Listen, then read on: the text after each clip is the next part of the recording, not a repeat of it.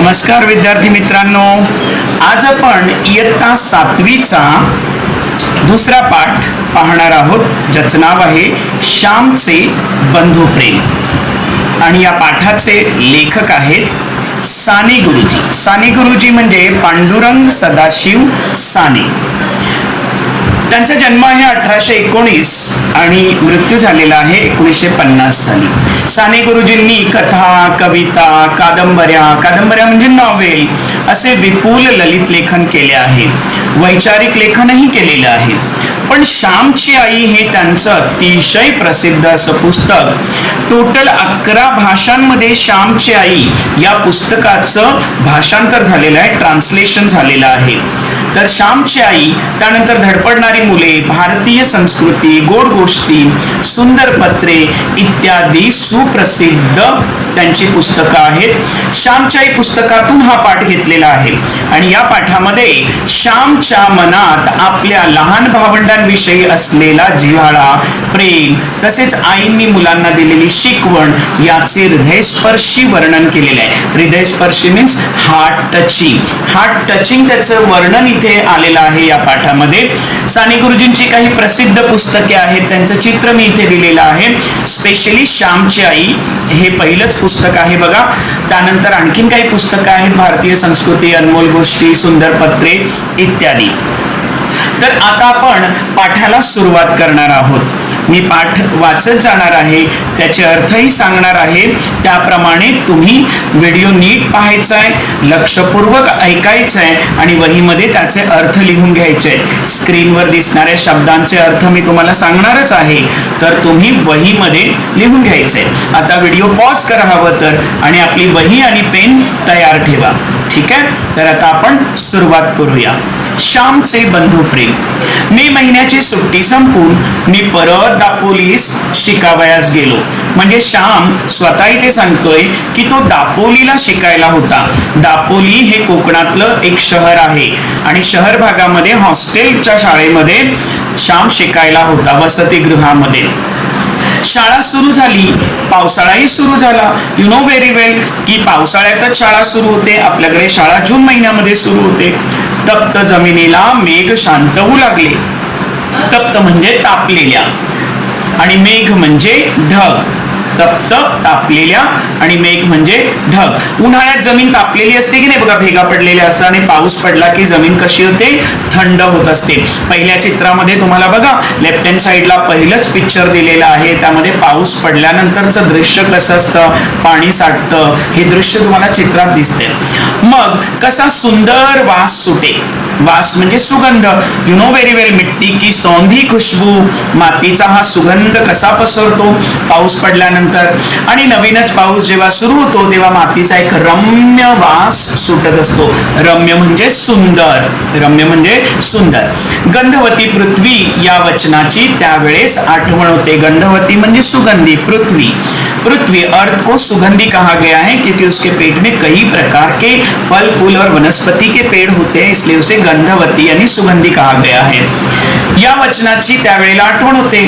फुलाफळांचा जो रस असतो तो गंध असतो, एक प्रकारचा स्वाद असतो तो पृथ्वीच्याच पोटातला. दुसऱ्या चित्रामध्ये फुलं दाखवली आहेत तुम्हाला, तिसऱ्या चित्रामध्ये फळं आहेत. म्हणजे फळं आणि फुलं यांचा सुगंध पृथ्वीच्या पोटामध्ये लपलेला असतो. शब्दार्थ मी सांगितले, तुम्ही लिहून घेतलेच असतील. आणि लेसनच्या शेवटी परत एकदा शब्दार्थ दिलेले आहेत सगळे एकत्र. पुढचा पॅरेग्राफ आपण पाहत आहोत. आता पुढच्या पॅरेग्राफ मध्ये बघा लेखक काय म्हणतायत. घरून दापोलीस परत येताना मी एक निश्चय करून आलो होतो. सुट्टीत घरी असताना एके दिवशी लहान भाऊ नवीन सदऱ्यासाठी हट्ट धरून बसला. निश्चय करणे म्हणजे मनात एखादी गोष्ट ठरवणे. To decide something. काय ठरवलं होतं तर लहान भाऊ नवीन सदऱ्यासाठी हट्ट धरून बसला होता. सदरा म्हणजे काय तर सदरा म्हणजे ज्याला आपण कुर्ता असं म्हणतो इंग्रजीमध्ये. कुर्ता. आता बघा चित्रामध्ये राईट साईडला तुम्हाला बघा धोतर आणि सदरा घातलेली व्यक्ती दिसत आहे. तर सदऱ्यासाठी तो हट्ट धरून बसला होता. हट्ट करणे म्हणजे जिद्द करणे. त्यावेळी तसेच त्याची समजूत घालताना आई म्हणाली होती, अरे तुझे अण्णा दादा मोठे होतील ना, रोजगारी होतील, मग तुला 6 महिन्यांनी नवीन सदरा शिवतील. सो मदर टोल्ड हिम, म्हणजे श्यामच्या छोट्या भावाला आई म्हणाली. आई नेहमी आपल्याला समजावत असते की नाही, हट्ट केल्यानंतर. हट्ट करणाऱ्या श्यामच्या लहान भावाला आईने समजावलं की तुझे अण्णा दादा मोठे होतील, अण्णा आणि दादा म्हणजे मोठे 2 भाऊ ते मोठे होतील आणि 6 महिन्यांनी तुला सदरा शिवतील. आपल्याकडे बघा कधीही जाऊन आपण कपडे विकत घेतो, पण पूर्वी 6 महिन्यांनी कपडे शिवले जायचे. मित्रांनो, माझ्या लहानपणी कपड्यांचे बंड फार माजले नव्हते. बंड माजणे म्हणजे प्रस्थ असणे, इन लॉट्स ऑफ क्वांटिटी. आपल्याकडे बघा भरपूर कपडे असतात, कपाट उघडलं की कपडेच अंगावरती पडतात. तर तसे भरपूर कपडे नसायचे. आम्हाला कोट माहीतच नव्हता. दॅट मीन्स कोट बघा, चित्रामध्ये पर्पल रंगाचा कोट घातलेला आहे ना, त्या मुलाने मध्ये जो मुलगा उभा आहे त्याला कोट म्हणतात. सो पूर्वी असा कोट घातला जायचा, ज्याला आपण ब्लेझर पण म्हणतो. तर हा कोट आम्हाला मिळायचा नाही. आम्हाला कोट माहीतच नव्हता. कित्येकदा सदराही 1-2 वर्षांनी नवीन मिळायचा. आफ्टर 1 इयर 2 इयर कपडे शिवले जायचे. कित्येकदा थंडीच्या दिवसात सुद्धा धोतर चौघडी करून गळ्याशी बांधून शाळेत जावे लागायचे. धोतर बघा हे घातलेला आहे, पांढरा कपडा असतो, एक 5 मीटरचा कपडा असतो पांढरा कॉटनचा, त्याला धोतर म्हणतात. आणि ते धोतर असं ट्रायंगल करून असं बांधायचं थंडीच्या दिवसामध्ये आणि जायचं. You people are wearing cap and sweater and everything. तसं पूर्वी काहीही नव्हतं. मफलर नव्हते, जॅकेटे नव्हती आणि गरम कोट सुद्धा नव्हता. बघा याच्यावर प्रश्न विचारला जाऊ शकतो की पूर्वीच्या काळी कोणते कपडे नसायचे. तर पूर्वीच्या काळी मफलर, जॅकेटे आणि गरम कोट नव्हते. मफलर म्हणजे माहिती आहे ना, ते असं उन्ही असतं, लांब कपडा तो असा घालायचा असतो तो. माझ्या धाकट्या भावाचा सदरा फाटला होता. आईने त्याला 2-3 गाबड्या लावल्या होत्या. गाबड्या मीन्स पैचेस. अगर कपड़ा फट जाता है तो वहां पे दूसरे कपड़े का एक पैच लगाया जाता है. त्याला मराठीत आपण म्हणायचं ठिगळ. गाबड्या म्हणजे ठिगळ, the joint of another cloth. आपल्या भावास नवीन कपडा शिवून न्यावायचा असे मी ठरवून आलो होतो. परंतु पैसे कुठून आणायचे हा मोठा प्रश्न होता. माझे वडील कोर्ट कचेरीच्या कामास दापोलीला येत असत. कोर्ट कचेरी बघा, पहिल्या चित्रामध्ये आपला हायकोर्ट दाखवले मुंबईचं, तर त्या कोर्ट असं गावाला सुद्धा दापोलीला कोर्ट होतं. तर त्या कोर्ट कचेरीच्या कामासाठी श्यामचे वडील दापोलीला जायचे. Dapoli is a name of city in Konkan. कोकणातल्या शहराचं नाव आहे दापोली. आणि आणा 2 आणे मला खाऊला म्हणून देऊन जायचे. आणा, see second picture down side, left hand side, right hand साइडला बघा दुसरं चित्र आहे, त्याच्यामध्ये आण्याचं चित्र तुम्हाला दाखवलेलं आहे. हे आण्याचं चित्र तुम्हाला दाखवलेलं आहे बघा. तर त्या चित्रामध्ये तुम्हाला आणा दिसतोय, मीन्स टू आणा. आणि 1947 बघा, त्याच्यावरती डेट आणि त्याच्यावर लिहिलेलं पण आहे, ANNA आणा. सो ते आणा जो आहे तो त्यावेळी वापरला जायचा. मग आणे 2 आणे देऊन जायचे. मला खाऊला म्हणून देऊन जायचे. खाऊच्या पैशातील 1 पैसा खाऊ मध्ये न खर्च करण्याचे मी ठरवले. ज्येष्ठात आमची शाळा सुरू झाली.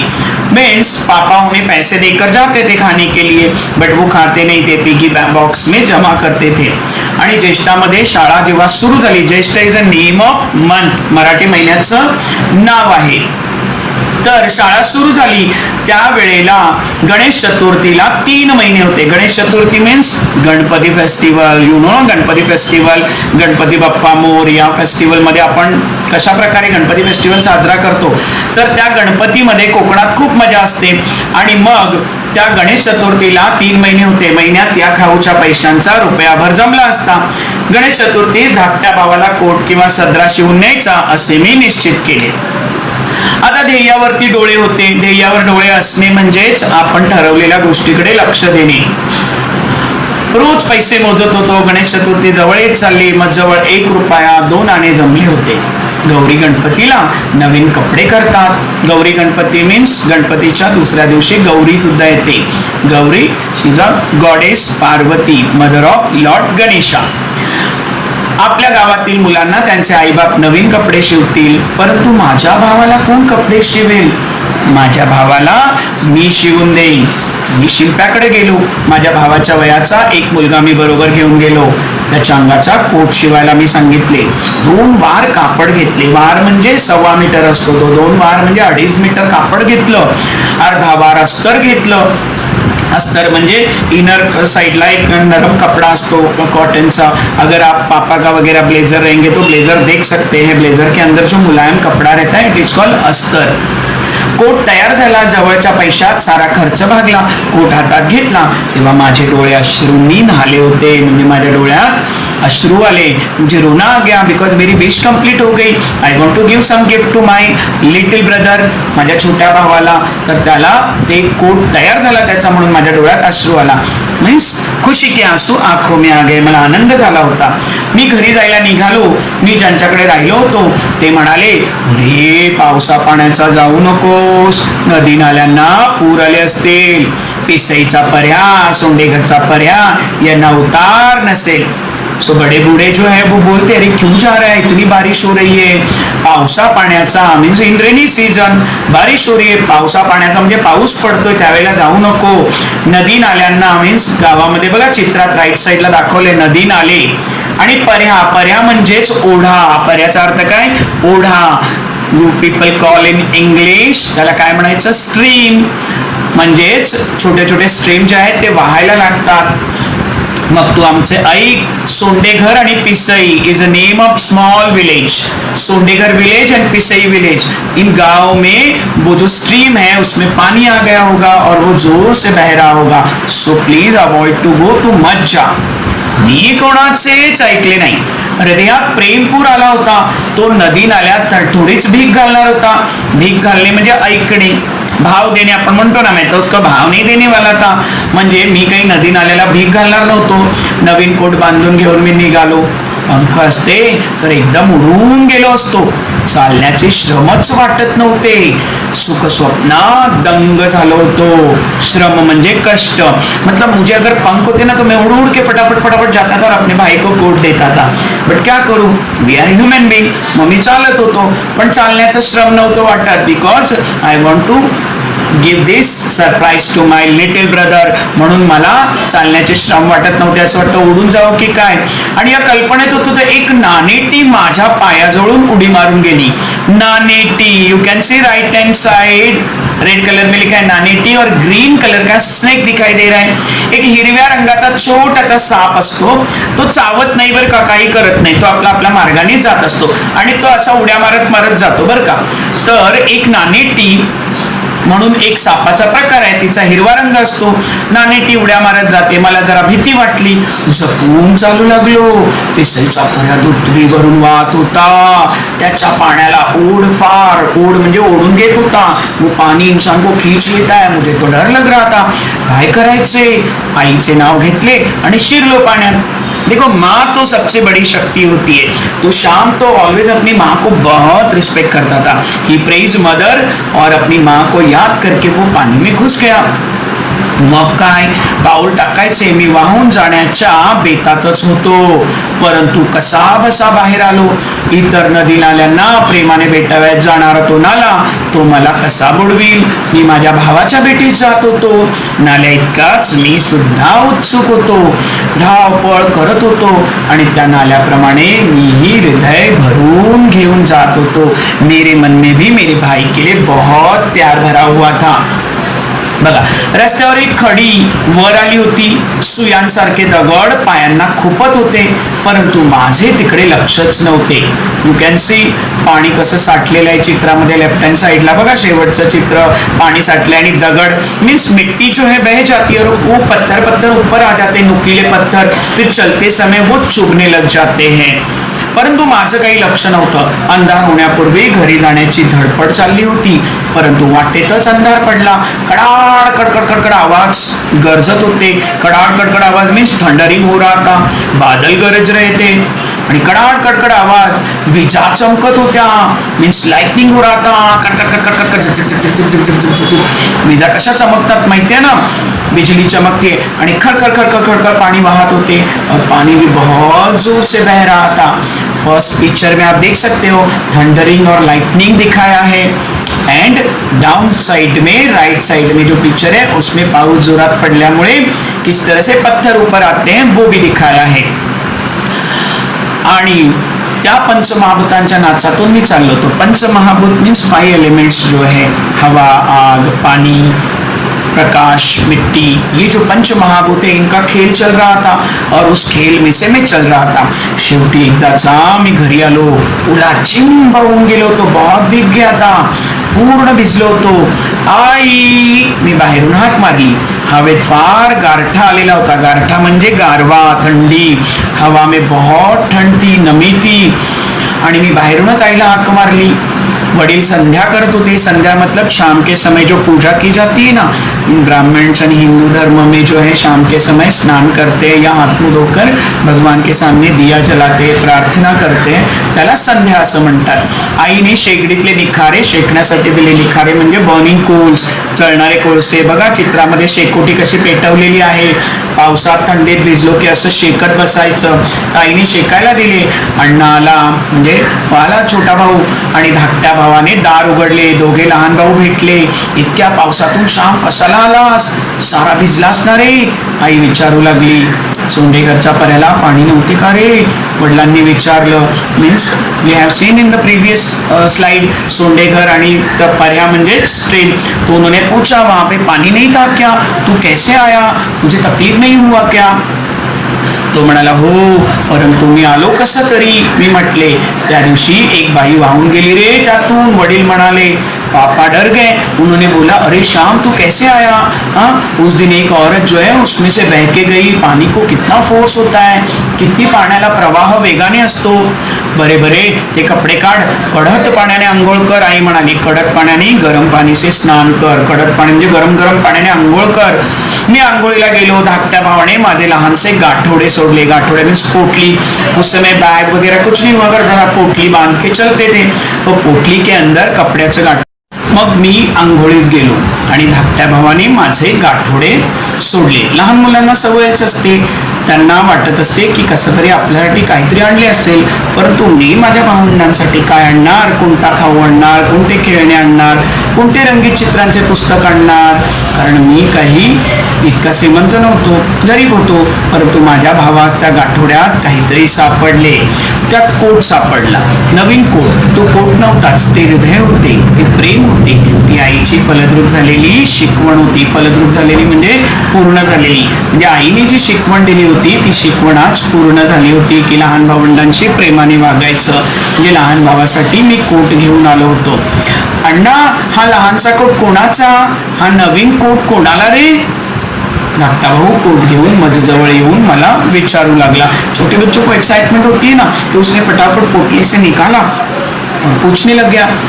मग सांगेन घरात जा घेऊन. मी म्हटले आई हा बघ कोट, हा काही अण्णाच्या अंगाचा नाही, हा मला चांगलाय. होय ना आई? धाकटा भाऊ आईला विचारू लागला. इसको कोट उसने पहन लिया और बोला अरे ये तो भैया का तो नहीं है और कितना छोटा है, ये तो मेरे लिए ही है. आईने कोरडे धोतर दिले. मी चुलीजवळ येऊन शेकत बसलो. बघा शेकोटी म्हणजे खूप भिजला होता ना, म्हणून आईने शेकोटी दिली आणि मी चुलीजवळ शेकायला बसलो. आई म्हणाली श्याम हा कोणाचा रे कोट? मोरी रोशांकडे करायला द्यायचा आहे, कापातल्या मुक्याने पाठवला असेल. वडील म्हणाले मीन्स ये किसका है श्याम? अगर अपने नेबर का किसी का है क्या? किसी ने भेजा है क्या? म्हणजे आईने म्हटले कापातला मुक्या मीन्स एक आदमी का नाम है और मोरी जोशी भी उनके नेबर का नाम है. नहीं मी पुरुषोत्तमासाठी शिवून आणला आहे. मी म्हटले. उसने कहा नहीं मैं तो मेरे छोटे भाई के लिए सिला के लाया हूँ, ये अपना ही है. पैसे रे कुठले? कोणाचे कर्ज काढलेस का की फीचे दबडलेस? वडिलांनी विचारले. फीचे दबडले मीन्स फीस का पैसा खर्चा किया या किसी से कर्जा लिया? अरे कोणाच्या पैशांना हात तर नाही ना लावलास? आई कातर स्वरात म्हणाली. कातर मीन्स दर्द भरे स्वर में, रोने जैसे आवाज में माने बोला अरे किसी का चोरी बिरी तो नहीं किया पैसा? आई मी कर्ज काढले नाही, चोरले नाहीत आणि फीचेही खर्च केले नाहीत. मग उधार का शिवून आणला श्याम? वडिलांनी विचारले. भाऊ तुम्ही मला खाऊला 2 आणे देत असत ना, ते मी जमविले. मुझे जमा के लिए, आप हमेशा मुझे खाने के लिए पैसा देते थे ना, वो मैंने क्या किया, सेव्ह किया आणि सारे जमलेले त्यातून कोट शिवून आणला. आई म्हणत असे ना, तुझे अण्णा दादा मोठे होतील, मग पुरुषोत्तमाला नवीन कपडे शिवतील. मी मनात ठरवले की मी येताना त्याच्यासाठी नवीन कोट आणणार. पुरुषोत्तमा, अरे आवडला का रे तुला? मी म्हटले. अण्णा, हा बघ छान होतोय आणि आताही खिसा आहे, आता माझी पेन्सिल हरवणार नहीं, हा बघ. पुरुषोत्तम आईला दाखवू लागला. छोटा भाई तो बहुत खुश हो गया, बोला अरे वाह, इसमें तो और एक इनसाइड भी एक जेब है जिसमें मेरी पेन्सिल रहेगी, अब मेरी पेन्सिल गुम नहीं होगी. कारण तेव्हा काय पाउच बॉक्स, कंपास बॉक्स वगैरे असे असायचे नाहीत. वो बहुत खुश हो गया, माँ को दिखाने लगा. मी सांगितलेली हकीकत ऐकून आईला गहीवर आला. मीन्स माँ एकदम रोने जैसी हो गई. वो बहुत मतलब उसका दिल भर आया. श्याम, तू मनाने मोठा नाहीस रे, तू वयाने मोठा नाहीस रे, पण पैशाने सुद्धा मोठा नाहीस, शिकून मोठा नाहीस, परंतु मनाने खूप मोठा झालास रे. हेच प्रेम बाळांनो, पुढेही ठेवा. या प्रेमावर कोणाची दृष्ट नको पडायला. मीन्स इस प्यार को किसी की नजर नहीं लगनी चाहिए. ऐसे ही प्यार से दोनों भाई रहो. वडिलांनी माझ्या पाठीवरून हात फिरवला. पापाने पीठ के ऊपर से हात घुमाया. बोलले काहीच नाहीत, पण हात फिरविण्यातच सारे बोलणे आले होते, साऱ्या स्मृती दडल्या होत्या. आणि अशा प्रकारे श्यामने छोट्या भावासाठी कोट शिवून आणला आणि आपलं बंधू प्रेम पूर्ण केलं. बंधू प्रेम म्हणजे भावाचं प्रेम. सो बड़े भाई बहन का ये फर्ज होता है कि अपने छोटे भाई बहनों के साथ बहुत प्यार से रहे. ओके, तर इथे आता आपला धडा संपलेला आहे आणि आता आपण धड्याखालचा स्वाध्याय, प्रश्नोत्तर, शब्दार्थ, म्हणी, वाक्प्रचार हे पाहूया. ओके, बघा शब्दार्थ दिलेले आहेत, प्रत्येक शब्दाचा अर्थ दिलेला आहे आणि त्याच्या पुढे त्याचा इंग्रजीत सुद्धा अर्थ दिलेला आहे. आणि इकडे राइट हैंड साइडला बघा वाक्प्रचार व त्यांचे अर्थ, मीन्स फ्रेजेस है, फ्रेजेस के मीनिंग्स भी दिए हुए हैं और ये फ्रेजेस जो है मेक सेंटेंस के लिए आते हैं. त्यांचे अर्थ तुम्हाला पाठ करायचे आहेत. शब्दांचे अर्थही पाठ करायचे आहेत, कारण समानार्थीसाठी तुम्हाला ते येणार. पुढे बघा टिपा दिलेला है. टिपा means some information, means lesson में कुछ ऐसे वर्ड आए हैं जो आपको समझेंगे नहीं. जैसे मैंने बताया दापोली, दापोली मीन्स कोकणातील एक तालुक्याचे गाव. One district place, taluka place in Konkan. तो अशा सगळ्या जवळजवळ 1 to 17 1 ते 17 सगळ्या टिपा मीन्स नोट्स दिलेल्या आहेत, त्या तुम्ही वाचायच्या. पुढे बघा प्रश्नोत्तरं दिलेली आहेत. प्रश्नांची उत्तरं तुम्हाला लेसन मधून धडा नीट वाचायचा आहे, टेक्स्टबुक मधून किंवा व्हिडिओ मधून धडा नीट ऐकायचा आहे आणि पुढे या प्रश्नांची उत्तरं तुम्हाला लिहायची आहेत. ती वहीमध्येच लिहायची आहेत.